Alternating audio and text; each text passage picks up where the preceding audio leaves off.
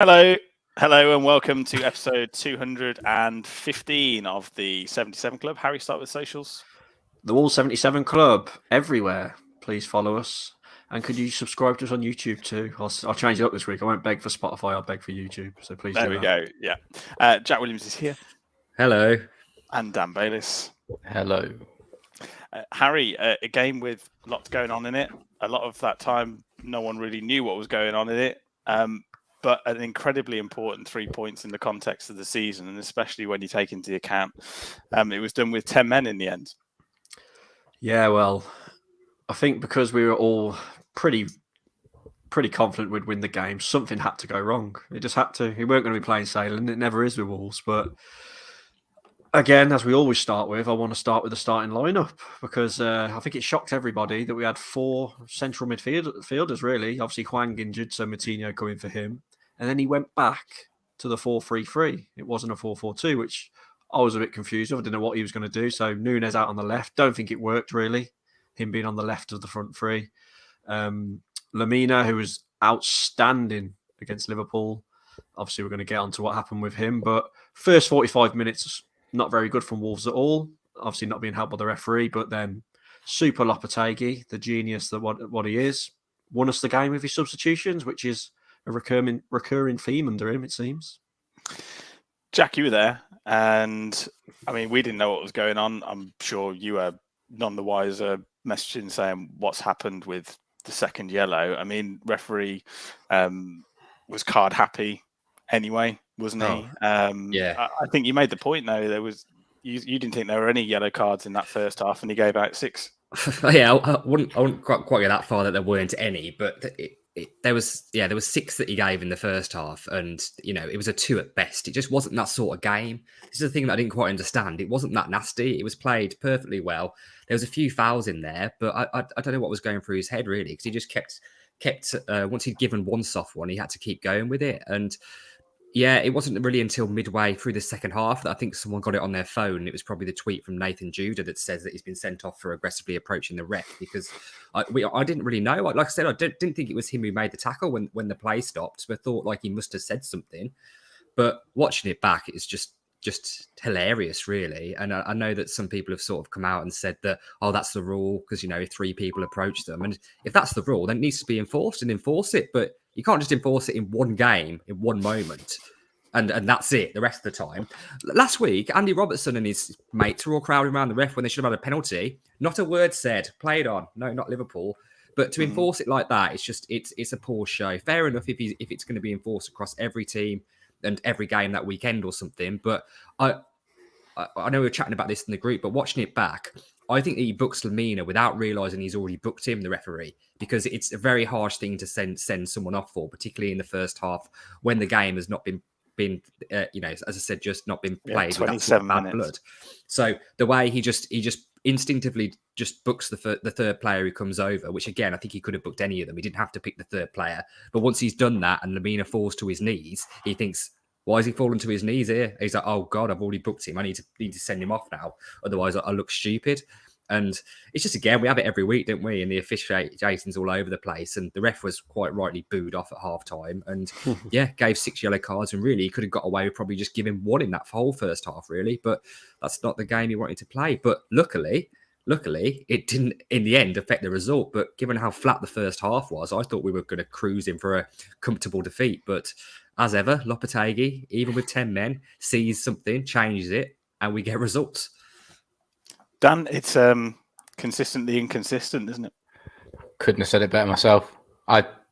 It's staggering, isn't it? Because the thing that's really annoying is all the refs have come out and all these people on Twitter that are refs, and I can't remember what the one guy is, but it's the secret ref or whatever it is. And he's like, absolutely spot on. This is right. Fair enough. You're probably not far wrong. It probably is right. You've done it once in the entire season. How many games would there have been in the Premier League this year? A few hundred. Oh yeah.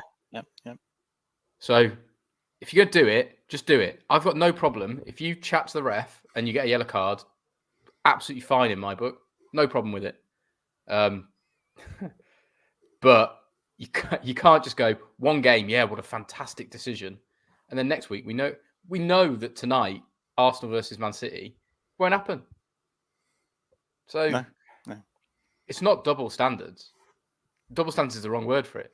It's using an exception as the rule, which is even stupider. Like that. Harry, I remember we were talking about referees being mic'd up on a previous podcast way back when, and we highlighted a video in the A-League in Australia and how brilliant the ref was at doing it and explaining decisions and all that sort of thing. And it was Jared Gillett who obviously was refereeing the game against Southampton. I guess it's the way it goes sometimes, but I could find you probably a million pictures from Premier League games of the referee being surrounded by players. You just want it to be enforced, don't you? Because I know Jack said it didn't impact the game in the end, but I think if you ask Nathan Jones that question, I think he actually did come up with the excuse of it went downhill once Wolves went down to 10 men, which I think is probably the worst excuse I've ever heard, but one he made regardless.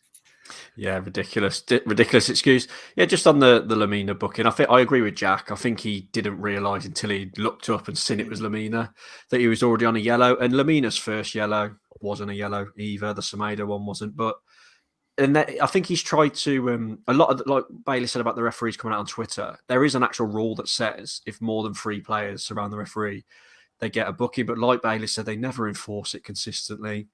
And all that Lamina said, because he put it on his Instagram, was he pulled me, because the reason they were protesting is because he got pulled as he tried to run away from the box in the build-up to the chance they created. And he just had a real howler, didn't he? Because if you noticed, when we come out second half, he didn't hardly get his cards out at all. Like, he just completely changed, because I think he knew he'd ballsed up. And if we didn't go on and get the win, it'd have completely ruined the game. And it's massive stakes, isn't it? It's literally a relegation battle game. And he's made a decision like that. Why not book Neves or Moutinho, who has stood right there? So, ridiculous rule, and we won't see it again this season. I think, Harry, it's now more evident than ever that human error is still the thing causing these multi-million-pound errors, really. The only one that comes to mind that was actually the technology is Villa staying up. Otherwise, it's still human error. I mean, we all know Lee Mason. We all know Lee Mason is an absolute prat. So... Well, yeah, he's been an awful referee for 10 years, and now he's an awful VAR official. Yeah. I mean, to not draw the lines, like, it's literally your job. you literally sat there to just draw the lines. The computer does the rest for you. It's you've got to laugh, haven't you? It'd be like Harry turning up to work and just like forgetting to put one of the 4 wheels on his lorry. I don't the mechanic does that, to be honest, but I get your point. It's just like... I think the problem that people have is that it's obviously been brought in to try and make the game better. All the fans were calling for it, but it does seem to be a Premier League issue because, the World Cup goes by without a hitch. You don't see a problem. The slight change in refereeing, that seems to work as well. It seems to be a PGMOL problem, doesn't it, Jack? Howard Webb's having to have secret meetings with journalists that are off the record as to what they're going to do and admit mistakes. Should there be accountability? Should they be coming out after the games and explaining their decision? Oh, yeah, you'd hope so, but they won't do that because they don't do that now about any decision, do they? Or they didn't before. But it does make you think when everyone always thinks back to the World Cup and how quickly they could draw on whether it was offside or not. Whereas here, the bunch of wallies can't even. These professional referees don't know who the last offender was, so they draw the lines on the wrong people. Weren't they using an automatic system for the World Cup? Brilliant, yeah. If they can, and get it in, but yeah, it's the point now where. It was kind of a little bit funny at first, wasn't it? But we're a fair few years in now, and this sort of stuff shouldn't be happening. I know we're talking about VAR rather than what was happening in our game, which was just inconsistent calls with rules that weren't enforced. And I suppose with our game, I've got no problem with that rule being a thing. Like don't think anyone has. If the third player comes, they get booked. Fair enough. Communicate it. Start doing it all at the same time. But it's just the inconsistency, whether it's with technology or without technology, is just a joke at the moment. But anyway, let's talk about the actual. Wait there. I've got one more thing. Okay. I've got one more thing. It's only a little one. Do you think that, given the sort of nuances of football and the fact that so many things can happen in such a short space of time, there are going to be errors regardless? Are we not better just accepting the odd error and enjoying the game? I think so. I'd love it more. Yeah, at least you can celebrate a goal. Yeah. Even goals now that I'm watching back in real time that I think there's no way that's offside, I can't properly celebrate until I've actually seen a replay to confirm it. Because you're getting ones before where it looks like a player, you think he's level. Like, well, he's not level if you draw this line. And do you see Leicester one? See exactly, the Leicester one? Exactly, like an inch of a toe. And it depends when they stop the bloody frame for when the ball leaves the player's foot who passes it, isn't it? It's just ridiculous. But yeah. The way it's been sold as well previously and initially when it was sold is that a lot of people, myself included, were questioning. There's so many variables here. Are these calls definitely right? Because they're enforcing them like they're 100% correct. They're saying, and there's so many variables like the angle. If the camera's switched on down the side of the pitch, which we've had in the last few weeks at Liverpool, the frame rate, the point the ball's played, there's so many different things. And they were like, yeah, these are 100% correct. They're 100% correct. Well, they're not, are they? They're not correct because you've drawn the line in the wrong place for a start on one of them. Yeah. So I think we've mentioned it in weeks gone by, but I think the fact that VAR as well is making the officials just generally more like inconsistent and rubbish themselves because they've always got that to rely on. So I think it's just making their performance as a referee worse too. That's Agree. What I think, because and also I think it's the whole offside thing that gets me. I mean, why don't they flag straight away? Because there's been a couple of times where like goalkeepers have been injured or they've been very, very close to being injured where quite clearly the attacking player is offside. Everybody can see he's offside, but he's playing to the whistle and the whistle doesn't go because he's waiting. I don't know what he's waiting for. It's just ridiculous. But when we talk about clear and obvious errors, Harry, was sending Lemina off a clear and obvious error? You'd probably say yes. Well, the referee would say, no, look at the rule book. It says if the third person comes running over or three more come over, I can book one of them. So technically, no, he hasn't. But if he used common sense, he's ruined the game, hasn't he? If he knew it was Lemina and he remembered he'd booked him, I don't think he sends him off. I don't think he gives him the second book. And he'd book Neves or Moutinho just to make his point. I don't know why he was being so trigger happy. I don't know why. It's one of these ridiculous rules. Like it's like the sort of, they have like stupid laws that still haven't been banned. Like you can only walk 5 sheep or less down the high street or something. You can shoot a Welshman from Ludlow Castle with a crossbow. That is a law. Actually true. It is. Don't tell the Southampton fans. That's a great idea with that one. You get what I'm saying? Like it's preposterous. Like if they started doing it every week, fine, but it's never going to happen. Consistency, isn't it? Saturday it's going to happen, and all the Wolves fans are going to kick off. But Bournemouth will do it. There'll be one challenge they don't like. 3 of them will run at the ref. And then the Wolves fans will go mad. Yeah, it all seems to be us as well, doesn't it? At the moment, that really not all the time. Obviously, Arsenal got hard done by, and there's been others. But just on the game, I know at the point they scored though, Southampton, we did have 11 men on the pitch, didn't we? When they scored their goal, it wasn't a foul though. The free kick. What are you on about? When they Southampton. Scored. Yeah, they weren't a free kick, was it? No. Oh, I didn't know there was an issue. There was something in the build-up that happened that was like completely wrong. Oh, right, no. I thought it was a poor goal to concede, and I thought it was coming because they had that big lad up front, didn't they? Who just kept whacking it up to. And like I said, I don't think the starting lineup worked either. But yeah, poor first half with it. I bet you were thinking, why the hell did I even turn up? It was a poor first half, and you're right. That number 12, he was a big lad, wasn't he? And he was definitely giving our defence some problems. And yeah, it was just a really lackluster first half. Obviously, not helped by the ref, right by the Southampton fans. And that, to be fair, they were proper giving it the big one. You wouldn't have thought they were bottom because they had a right little. They were going nuts and really for up until half time and for most of the second half. They had a laugh at themselves as well, which was quite funny. At one point, they were singing "You're Going Down with Southampton," which is. I could hear on the stream. Jack. Sorry, I've just arrested myself. Don't listen, West Midlands police. But yeah, I heard on the stream that they're having banter about Lemina, weren't they, as well? Like the Wolves fans are winding him up. Obviously, play for them. Yeah. Obviously, as soon as he was sent off, we were singing his name. It obviously to annoy them, and then he just obviously goes and gets himself sent off within the first half. So yeah, at half time it was pretty low, but. Second half, wow. Again, what was their lot made like a difference when we scored the winner? Oh, it was carnage when we scored the winner. Yeah. Everyone fell down about 10 rows of seats. There's broken seats everywhere. But it was. Yeah. What did their fans do? Just leave? Oh, it was honestly like a fire drill. It was quite funny. It was hilarious because they weren't very happy, obviously, as you wouldn't have been when we got the equaliser against 10 men at home when you've dominated. You've been the better team in the first half. Maybe dominated is a stretch, but yeah, they weren't very happy at all when it went 1-1. And then after it went 1-1, we were sort of thinking, we're in this here. We're the only team who wants to win this game. And we saw it coming. And fair play again to Lopetegui, because he's made the substitutions at half time. It wasn't working. He's changed it. Costa came on, man. Costa caused some problems. He offers more than Jimenez. And a lot of people have said that. And I think he gave us something to think about.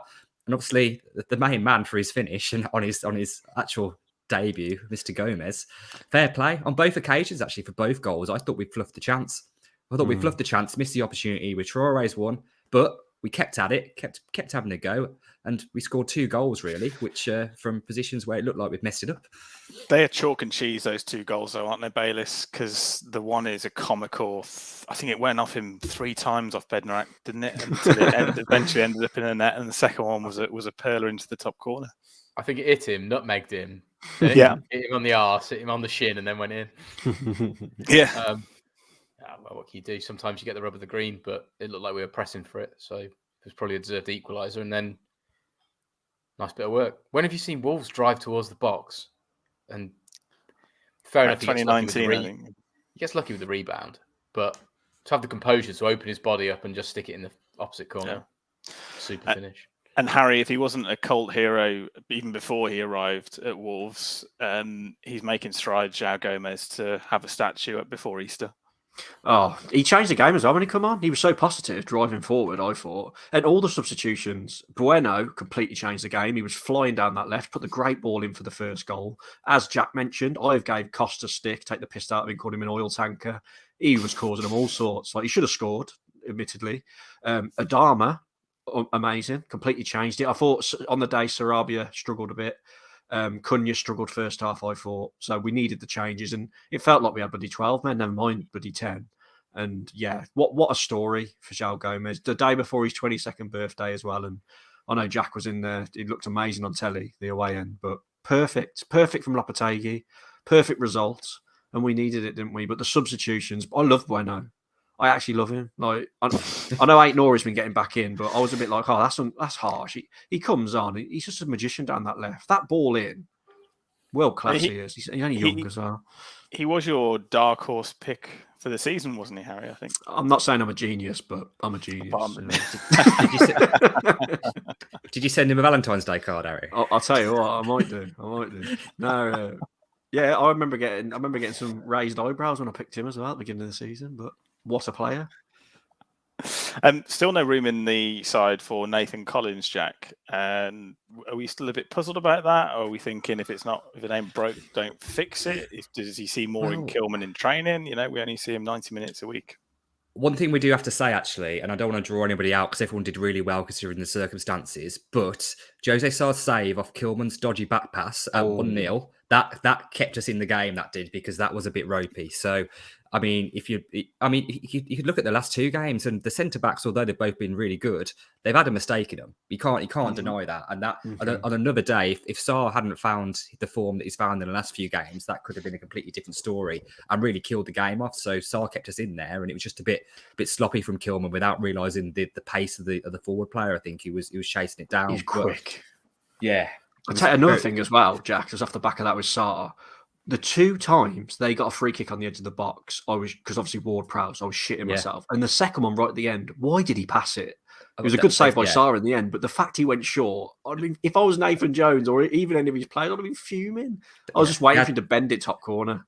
Both those set pieces they had in promising position in the second half, they fucked them really, didn't they? Yeah, they should have done a lot better. And yeah, it was a bit worrying, but luckily we got away with it. And really, that's probably down to them, just bad tactics and decision making. But Bayliss, how much of a very good signing potentially is Daniel Bentley, who's come in obviously to provide a little bit of competition for Jose Sarr? And you've got to say, actually, since he's arrived at the club, Sarr's performances have gone up. Give him a kick up the ass. Yeah, well, he's had a good couple of games, hasn't he, Sarr? Really? Yeah. So yeah, anyone that's going to push him. We do still look a bit suspect every now and again, don't we? I mean, it's not like we're faultless. We've gone and toughed one out against Southampton, who are absolute dog shit. So, look, you got to take the positives of what we did and ignore that there were mistakes in there. But Sarr's been playing better the last couple of games, and you got to hope it continues. I'd put Collins in for Kilman now. especially after that mistake. I just think, he was a bit harsh to get dropped anyway. He did one And I against think- Liverpool, hasn't he? But yeah, Kilman did do well against Liverpool, to be fair. But I mean, he has got a mistake in him, hasn't he, Kilman? No, I think he But was a weak suppose- link against Liverpool. That's about Yeah, when he got all like over. lobbed, wasn't it, for the Nunes chance? But yeah, I probably would put Collins in. But another one, Paul Somerset Wolves just put in the comments. Got to talk about Cunha a bit. I'm a big fan. I like him. He had that one chance first half, but he put it over from a tight angle. But the difference Costa made, I suppose it was more of a game for Costa chasing the game and that. But Cunha, good little link. He's good in the link-up play, and he'll drop deep, get involved. Nice little passes, but has he got that killer instinct? I think he'll keep playing him because of the price we paid for him and give him that chance. But how long do you wait until you start Costa or Raul if you don't start banging the goals in? Well, I wouldn't start Raul if you're looking for people to bang goals in. But that's Costa, harsh, really. actually, because you can't say it about Costa, can you, really? So, yeah, it's a bit harsh. But I think Cunha and... I keep getting his... I don't actually know how to pronounce his name. Is it Sarabia or Sarabia? Sarabia. Yeah, they both had difficult games, I think, on Saturday. But I think it's going to take them a little bit of time. You've got to have a little bit of patience. And I know we seem to be flying at the moment, but we are not even 2 months into Lopetegui's reign since our first game against Gillingham, and the improvement is massive. And I keep saying the one thing that I do like with Lopetegui and with the squad he's got now, we've got enough players. And if you're not performing, you'll be off at half time, or if not before, because he's not going to mess about with it. And that's the way with the changes that he's been making. So it's good to have an actual squad of players because, like we said, Costa was obviously the man that we needed on Saturday. Next week, it might be Jimenez, it might be Cunha. You don't know, do you? So it's the fact we're winning games without a goal scorer. That's huge. Absolutely huge. Not many teams do that and stay up in the Premier League. But Joao Gomes is a goal scorer. 1-in-1. I'm talking a 100% proper record. centre forward. Cunha has got to get one in the next couple. Really?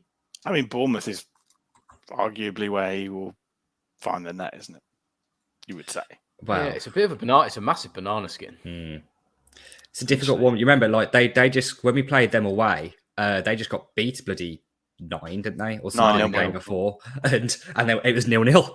So let's not get carried away. But honestly, yeah, I do think that if we do beat them, then I can't see Southampton or Bournemouth catching us really. Which just because the way we're going in the way those two are going, might be a little bit premature to say that. But and just you can't take anything away from it really. To be 1-0 down at half time, 10 men away at a Premier League team who a few weeks ago were your rivals for relegation, and come back and win and be so convincing in the process, and just it was just a breath of fresh air. The whole thing has so far with Lopetegui. Really, it's been a massive breath of fresh air because they don't know they're beat, and he's not afraid to change it when he needs to.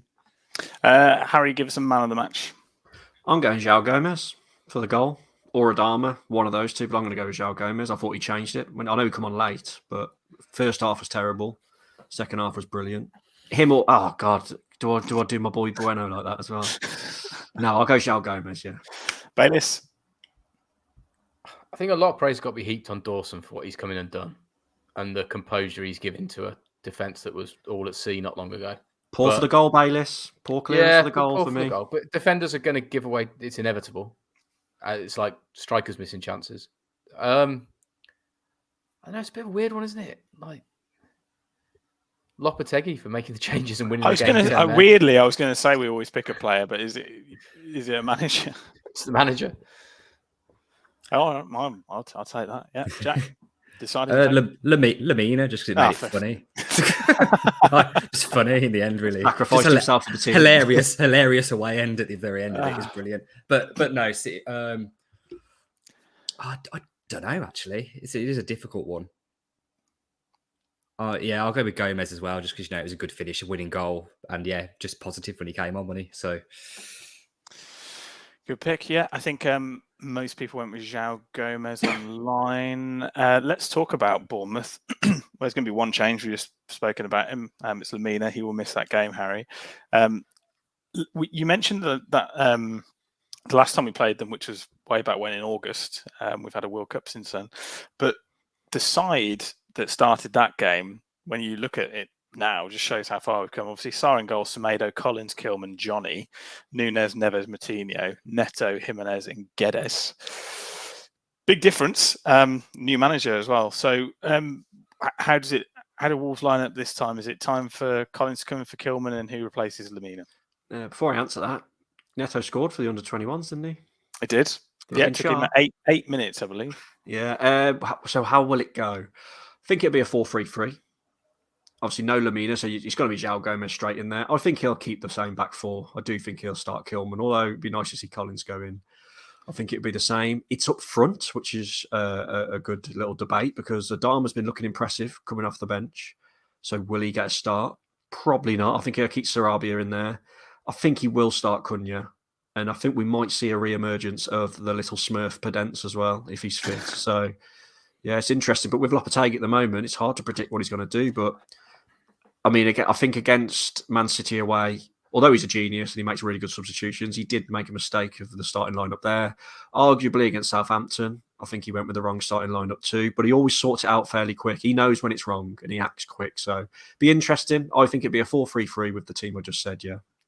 To be fair, it's one of those, isn't it? Because now there's 5 substitutions, you can't really fuck it up that much that you can't change it to what you should have changed it to. If that Unless you're Bruno Lage, who just don't. Unless you're Bruno Lage, you just mess up. Just be completely incompetent.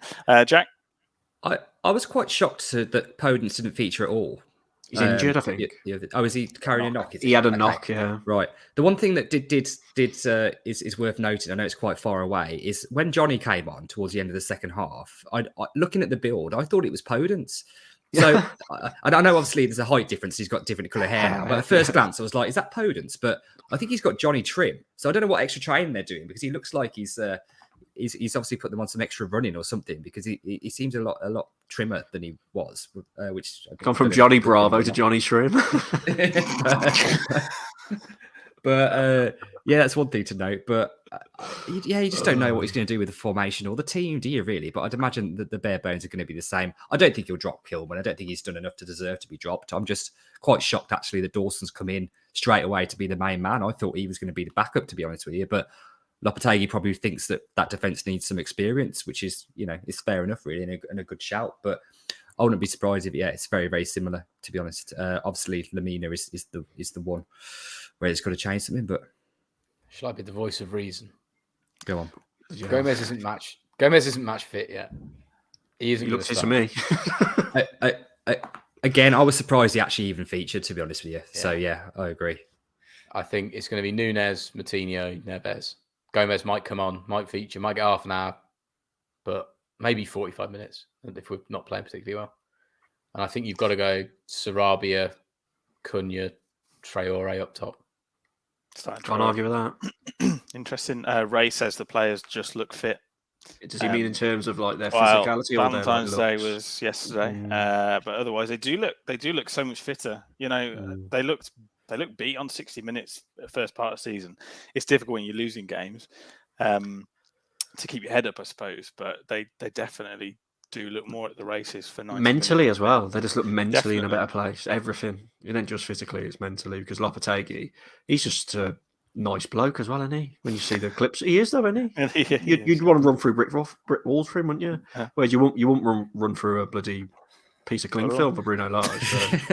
It's quite hard, that is actually. It's quite hard. Winning and losing are habits. They're really hard to break. That's all it is. What do you think our form's brilliant, isn't it? When he's coming, it's about seventh. And considering we've had to play Man City, Liverpool, Man United in that spell of games, it is impressive. It is good. But what do you think he said at half time? What do you think he said? Like, he probably played the "you've been hard done to" card, didn't he? Get your justice. Come on, Spartan. What's that film when they start screaming? Spartan. 300, all that. So, but then just like Adama's like 2 players when he plays that, isn't he? It don't matter. We only had 10. Yeah. He's bloody bombing. I think it would have also been like, you're down to 10 men, but you can use the space you've got here, and they did use it well.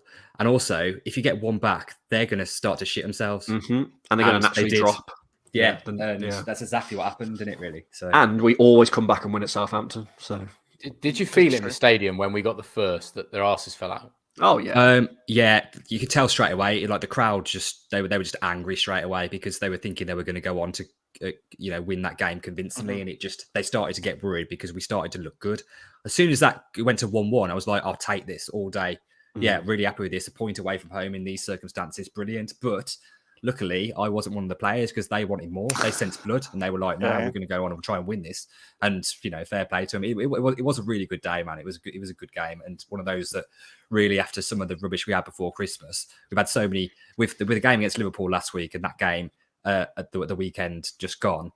It really has reignited your love of Wolves and football. I think we've had some good moments just in this short space of time.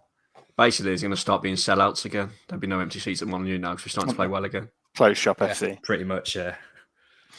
So 5 points clear of the relegation zone. Bournemouth up next. So look on the South Coast. This time the South Coast comes to us. A score prediction, Harry. It's going to come in. It's been since 2017. 4-1 Wolves. Come on. I'm going to make a soundboard with you saying that every week to save you the job. Bayliss. 3-0. 3-0. Wow. Jack. It's hard to see us losing, isn't it? But I said that last week, so you got it right by last week, Jack. I did get it right. Yeah, and Sam always does. So, but I'm going to just 1-1. Don't do that 1-1. to us. I'll be honest. I can't see us. I think we'll win, but I just also the balance of results lately. I didn't think that we'd beat both Southampton and Bournemouth, so I'm going to say that we'll slip up rather than get 2 wins. You think we'll win 1-1? Excellent. Let's get your latest betting odds and ticket news. You having 2-1, Sam? Oh, of course. We're a little bit shorter this week, funnily enough. Short. Yeah, pretty much. We're not great prices, but I did a little bet builder that I think's reasonably realistic for a half decent price. Over 2.5 goals. Joao Gomes to score in 90 minutes and Neves to make 3 or more tackles, 25-1. That's good value. Good builder. Just Gomes to score has been boosted by Sky Bet 9-1. Wow, I'm having that. Yeah. 3-1 Wolves, Neves to score first, 80s. Good price. Yeah. 2-0 Wolves, Traore first is 40s. And Harry, I swear to God, I did this earlier. I did it on the train on the way home. 4 on Wolves, Cunha first goal. 327-1. 100-1. Hold on, last week it was 370. I remember. Wow. You had the same bet for the Southampton game, and I'm sure you said 365-1 or something. How is it so different? Probably still got a screenshot of my phone. See if I can find it. Because we must be like big favourites then. Incredible. Yeah. Cunha 4-1 last week was 375. Yeah. Wow. Memory like an elephant, me. See, I remember all these things. Keeping the receipt, he does. Wow. Just ticket news. Yeah, so what did you just say about the ticket news? That it's going to be a bit of a closed shop again. You know what? It ain't far off. I don't think there's barely anything left for the weekend.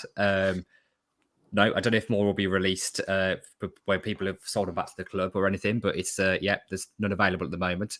I didn't see this publicly, but I'm just reading it now. It says, to celebrate the signing of Joao Gomes, our new number 35, we're making 35 tickets free for our home fixture against Bournemouth. So 35 people are going to be refunded for their tickets. I wouldn't have thought that season to get holders probably from the day-to-day match tickets, but there you go, 35 a year will get a free game, which is good to know.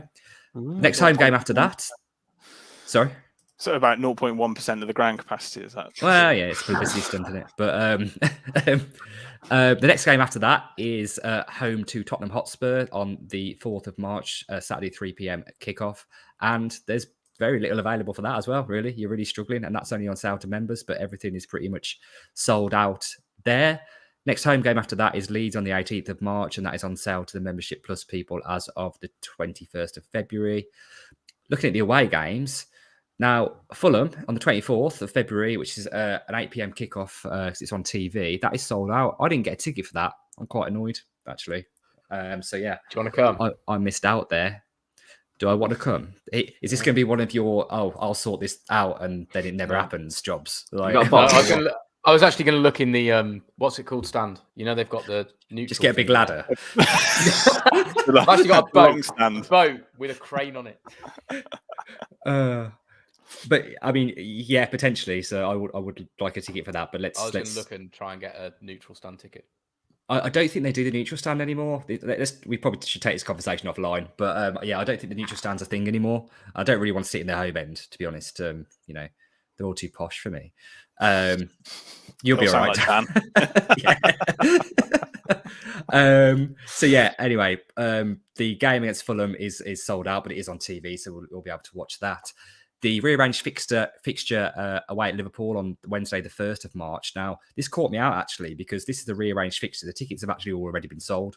So unless there's any returns, I think they've already, the original tickets for that match are still valid for anyone who's got one lying around in a drawer somewhere. And the next one after that, which has better availability, is the Newcastle away game. And I'm going to grab a ticket for that for Harry's dad tomorrow because they're on sale on the points as of tomorrow, I think. So there we go.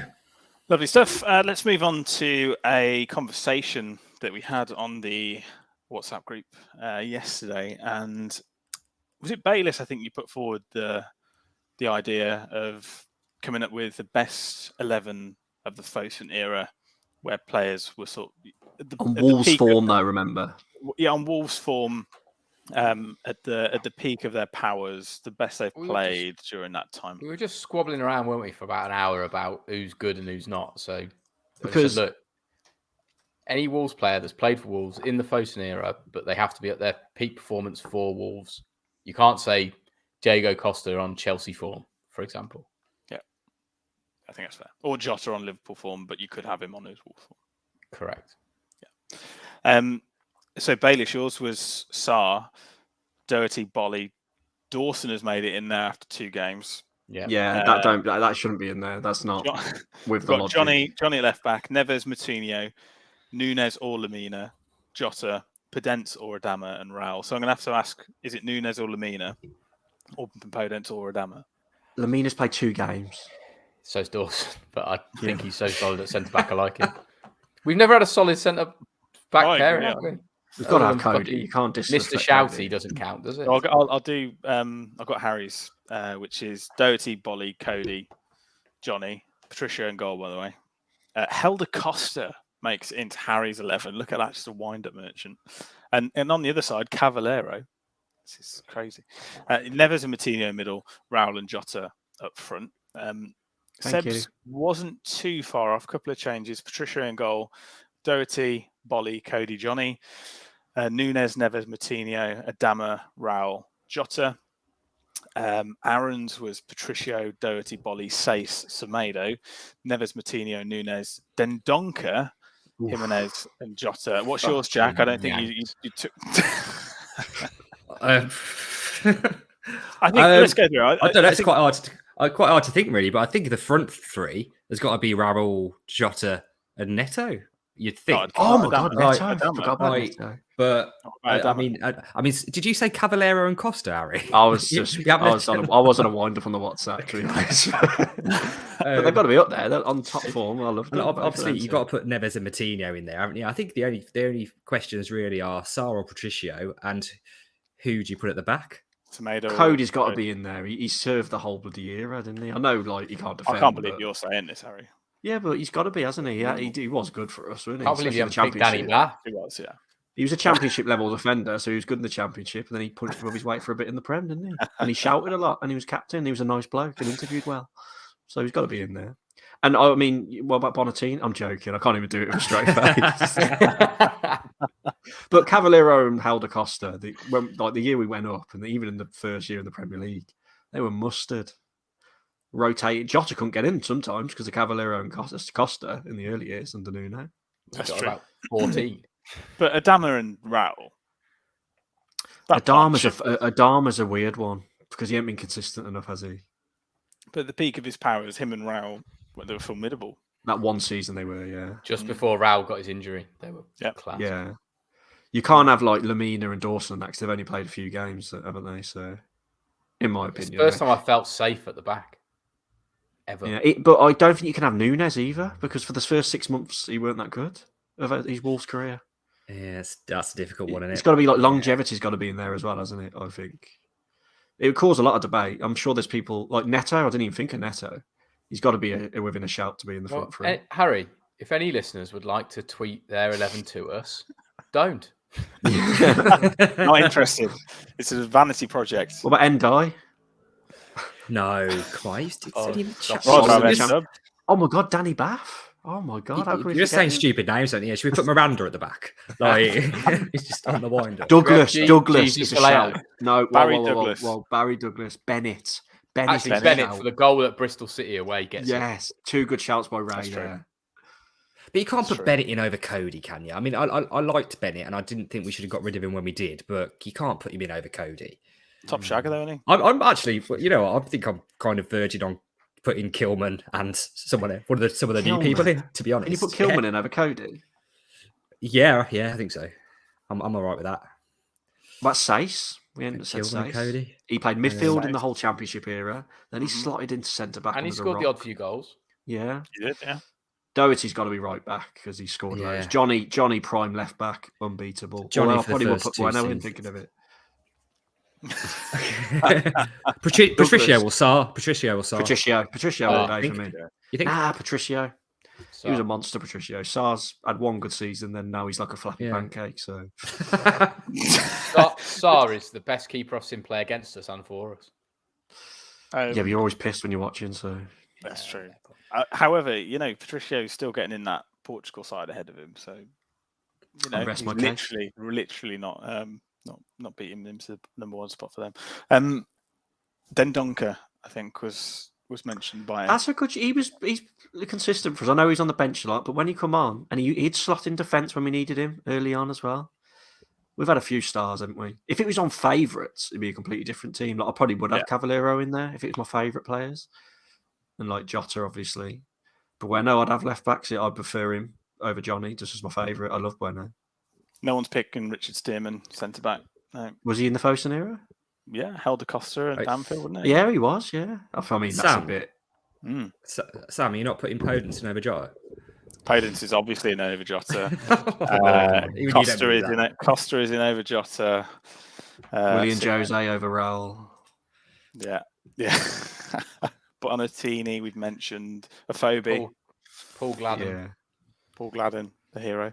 Let's leave that there then for this week. Nice little bit of reminiscing to round it off, but we will say goodbye to Harry Manson, Yes. See everybody. Jack Williams, Bye, everyone. and Dan Bayliss. Goodbye. And it's a goodbye from me. Goodbye.